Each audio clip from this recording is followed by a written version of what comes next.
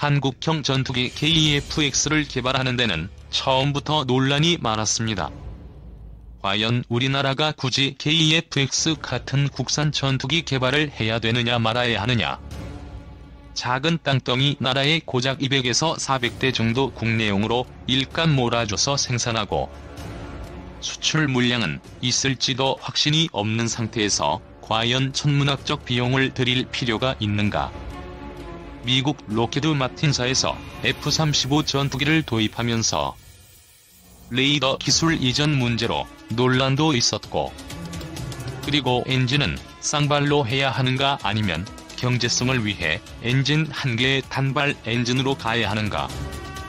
그렇게 잡음이 끊이지 않고 사업 백지화 위기까지 겪던 가운데 한국형 전투기 KF-X 사업은 우여곡절 끝에 개발이 시작이 되었고, 본격적으로 시작이 된 2015년으로부터 5년이라는 시간이 지났고, 방위사업청은 드디어 KF-X 한국형 전투기 시제기 최종 조립 시작 모습을 공개했습니다. 각 별도의 부위별 조립을 해서 별개로 제작이 완료된 전방동체, 중앙동체, 주날개, 후방동체 등을 모두 모아서 최종 조립 완성을 하는 단계입니다. 방위사업청이 공개한 사진에는 KF-X 전투기 전방동체 부분이 앞에 놓여있고, 양쪽 주날개가 이미 접합되어 붙어있는 중앙동체 부분이 뒤에 놓여서 조립을 앞두고 있는 모습이었습니다. 눈여겨볼 점은 KF-X 노즈 부분에 빨간 포호막이 씌워져 있는 레이더가 장착되어 있는 모습입니다. 보통 전투기 조립 시에 레이더는 파손 등의 위험 우려 때문에 엔진과 함께 마지막에 장착이 되는 게 보통인데, 실제 레이더가 장착이 된 것인지 아니면 그냥 빨간 커버만 씌워져 있는 틀만 붙어 있는 것인지는 커버를 벗겨보지 않아 정확한 확인은 안 되지만, 물에도 얼마 전 개발한 국산 AESA 레이더 모습을 강조하려는 것 같기도 합니다. 미국 록히드 마틴 F-35 스텔스 전투기 동체 골격이 조립 중에 있고, 앞부분의 AESA 레이더는 장착이 아직 안 되어 있는 모습을 볼 수 있습니다. 방사청 공개 사진에 나와 있는 한국형 전투기 KF-X 최종 조립 모습. 3개로 나뉘어 있는 동체의 모습을 볼 수 있는데요. 중앙 부분이 주날개 부분과 결합이 된 중앙 동체, 오른쪽 부분이 후방 동체입니다. 아직 엔진 장착은 되어 있지 않습니다. 보통 전투기 조립 시에는 골격부터 조립 완성을 하고 엔진과 전자장비 등을 끼워 넣게 되지요.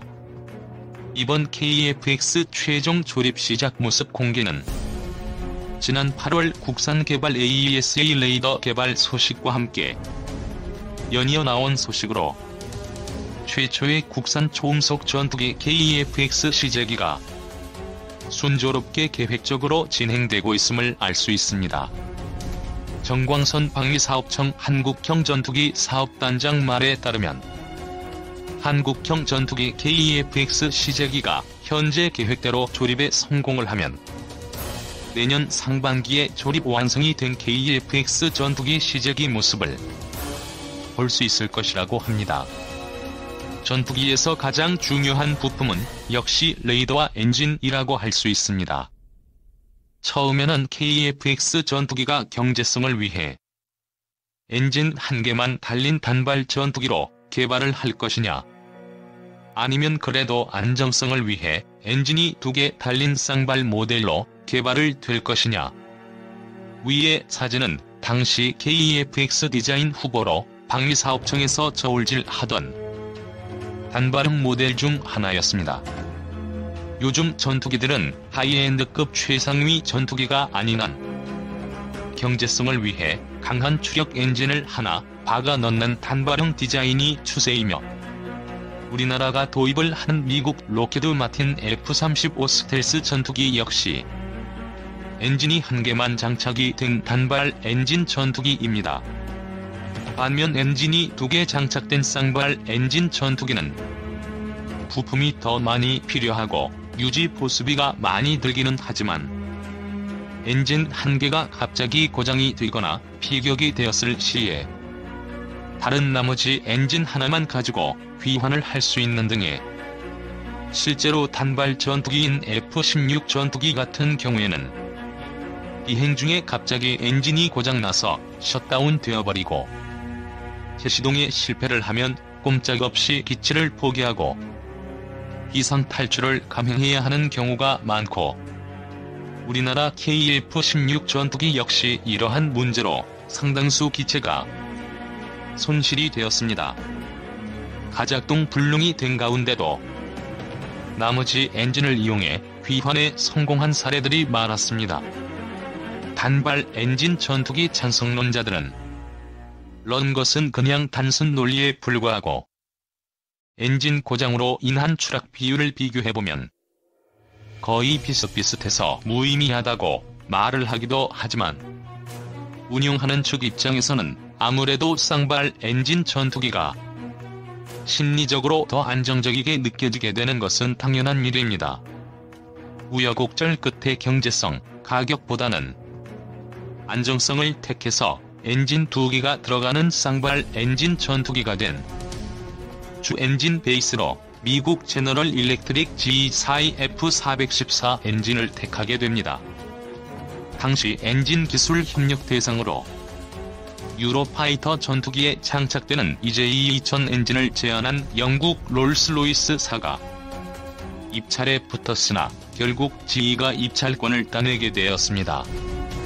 우리나라 T-50 고등훈련기와 FA-50 경공격기에도 장착이 되는 GE F404 엔진의 후계형이라 봐도 되기 때문에 제너럴 일렉트릭 F414 엔진은 당시 한국 공군의 차세대 전투기 사업으로 록히드 마틴사의 F-35 전투기를 도입하면서 AESA-A4 레이더 제작사인 레이시온 측으로부터 레이더 개발 기술을 받기로 되어 있었으나 미국 측에서 갑자기 난색을 표하면서 표류를 하게 되었습니다.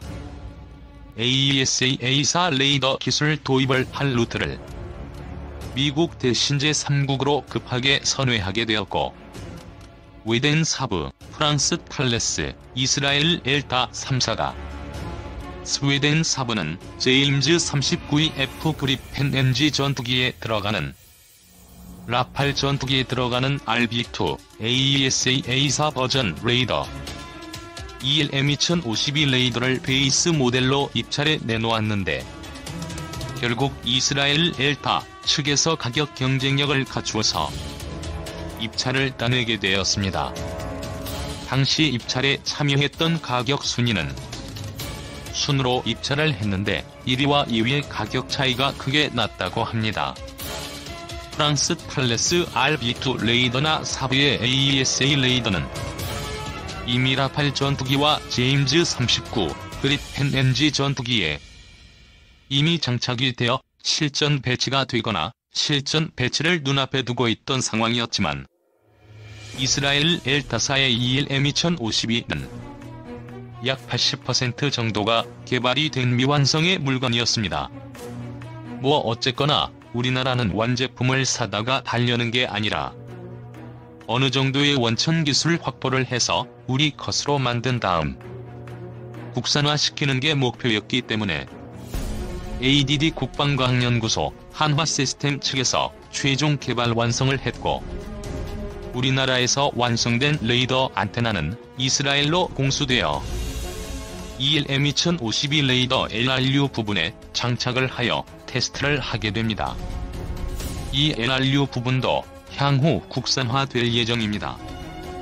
모 인터넷 커뮤니티 사이트 같은 곳들을 보면 밀리터리에 잘 모르는 사람들이 신문 기사들만 보고 KF-X 레이더는 순수 국산 기술로 개발이 되었고 이스라엘은 단지 테스트만 제공을 했다면서 몇몇 밀리터리 매니아 유저들이 이스라엘 기술 도입 이야기를 하면 악플을 달면서 매국노 비슷하게 조리돌림을 하는 경우가 있는데 명백하게 입찰까지 맺어서 이스라엘 엘타사와 기술 협력 계약을 맺었고, 이스라엘 엘타 421M2052 레이더의 기술이 들어가 있습니다.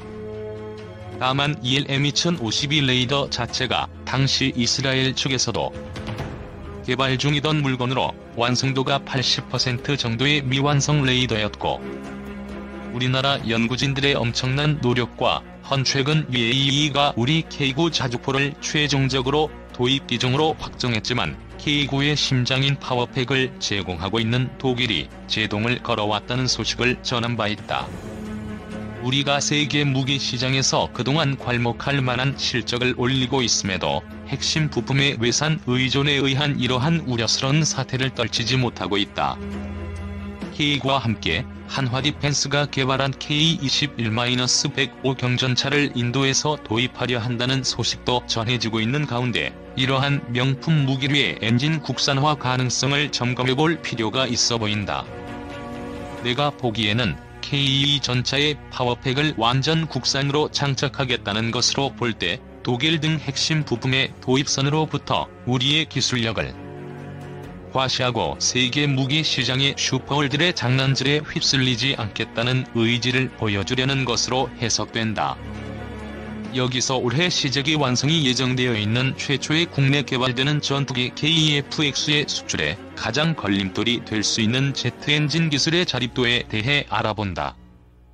현재 우리나라에서 전투기나 민수용 항공기, 헬리콥터 등의 엔진을 생산하는 유일한 기업이 한화에어로스페이스다. 삼성의 항공부문 기업이었던 삼성테크윈을 주식회사 한화가 인수를 하고 여기서 한화에어로스페이스가 분사를 해 항공기 엔진만 전문으로 다루고 있다.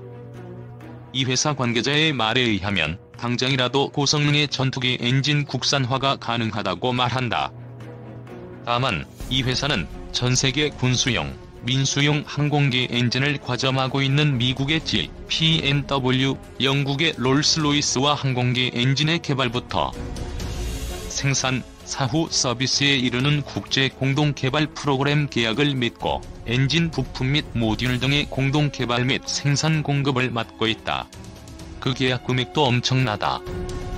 또한 부품의 공급뿐만이 아니라 라이센스 생산과 장정비도 맡고 있는데 이는 이 회사의 기술력을 인정, 이탈리아와 일본 등 이 분야 선두그룹을 다투는 쟁쟁한 나라들의 기업들과 경쟁하여 얻어낸 결과다. 한화에어로스페이스는 F5 제공호의 엔진부터 KF-16 등의 전투기 엔진 생산 및 정정비도 맡고 있으며 수리온 등 국산 헬기의 엔진도 생산하고 있다. KF-X의 엔진도 이 회사가 만든다. KF-X의 엔진은 미국 F-18 슈퍼호넷 항모 탑재 전투기의 엔진을 더 개량한 것으로서 미국 G사 제품이다. G는 한화와 RSP를 맺고 있는 주요한 고객사다. 때문에 한화에어로스페이스가 당장 국산화 기술력을 확보하고는 있지만 KF-X만을 위해 국산 엔진을 개발할 경우 그 개발비와 생산 설비 등에 투자한 돈을 회수할 방법이 없고 현재로서는 KF-X의 완전한 성공을 장담하기에 이른 시점인데다 자칫 엔진의 국산화를 시도하면 지금 막대한 매출을 보증하고 있는 주요 고객사들을 경쟁자로 돌려버리고 일감도 잃는 우를 범할 수 있는 등 여러가지 고려사항 때문에 국산화를 안 할 뿐이라 한다. 아마도 KF-X가 성공으로 판정되면 이후 교체용과 후속 기종에 적용될 엔진을 위해 국산 개발이 시작되지 않을까 싶다. 한화에어로스페이스는 이미 직경 1m의 고효율 압축 팬블레이드를 개발했는데 이는 전투기급 엔진에 적용되는 것이다. 또한 국내 중소기업이 제트 엔진에서 가장 중요한 고열 부품의 단결정 특수합금 기술을 개발, 팬블레이드를 생산해 미국의 주요 엔진 회사에 납품하고 있기도 하다. 즉, 제트 엔진의 성능을 좌우할 핵심 부품의 국산화는 이미 다 이뤘다는 것이다. 남은 과제는 고유 모델의 설계 및 제조 시설의 확충 등인데 위에 설명한 이유들 때문에 우리 기업들이 나서고 있지 않을 뿐이라 한다. 향후 정치 외교적 문제나 기업들의 이해관계로 우리에게 엔진 공급을 안 한다는 사태가 벌어질 때를 대비하고 메이저 제작사들의 기술 발전 추이를 따라 우리도 지속적인 기술 개발은 이어갈 것이라 한다. 경제성 문제보다 안보적 문제가 더 우위에 서고 국가가 결단만 내리면 언제든 국산화는 가능하다고 한다. 미래 우리 영공을 책임지게 될 한국형 전투기 실물 모형이 지난 10월 경기 성남시 서울공항에서 열린 서울국제항공우주 및 방위산업 전시회에서 처음 모습을 드러냈습니다. 한국 공군의 F-35의 1호기가 지난해 3월 미국 텍사스주 포트워스 로키드 마틴사 최종 조립 공장에서 열린 출고 행사에서 시험 비행을 위해 이륙하고 있다. 방위사업청 제공 클릭하시면 원본 보기가 가능합니다. 한국 공군의 F-35의 1호기가 지난해 3월 미국 텍사스주 포트워스 로키드 마틴사 최종 조립 공장에서 열린 출고 행사에서 시험 비행을 위해 이륙하고 있다. 5일 한국 항공우주산업에 따르면 이 전투기의 길이는 16.9m, 높이 4.7m, 폭 11.2m로 미국산 F-35의 전투기보다 크기가 좀 더 크고 모양은 비슷한 형태입니다. F-35A는 5세대, KF-X는 4.5세대 전투기이지만 KF-X의 운용 비용은 F-35A의 절반에 불과한 장점이 있다고 합니다. 목표 최대 추력은 44,000파운드, 최대 이륙重량 25,600kg, 최대 속도 마하 1.81, 항속거리는 2,900km입니다. 최대 속도 마하 1.8인 F-35A보다도 높은 기동력을 노립니다.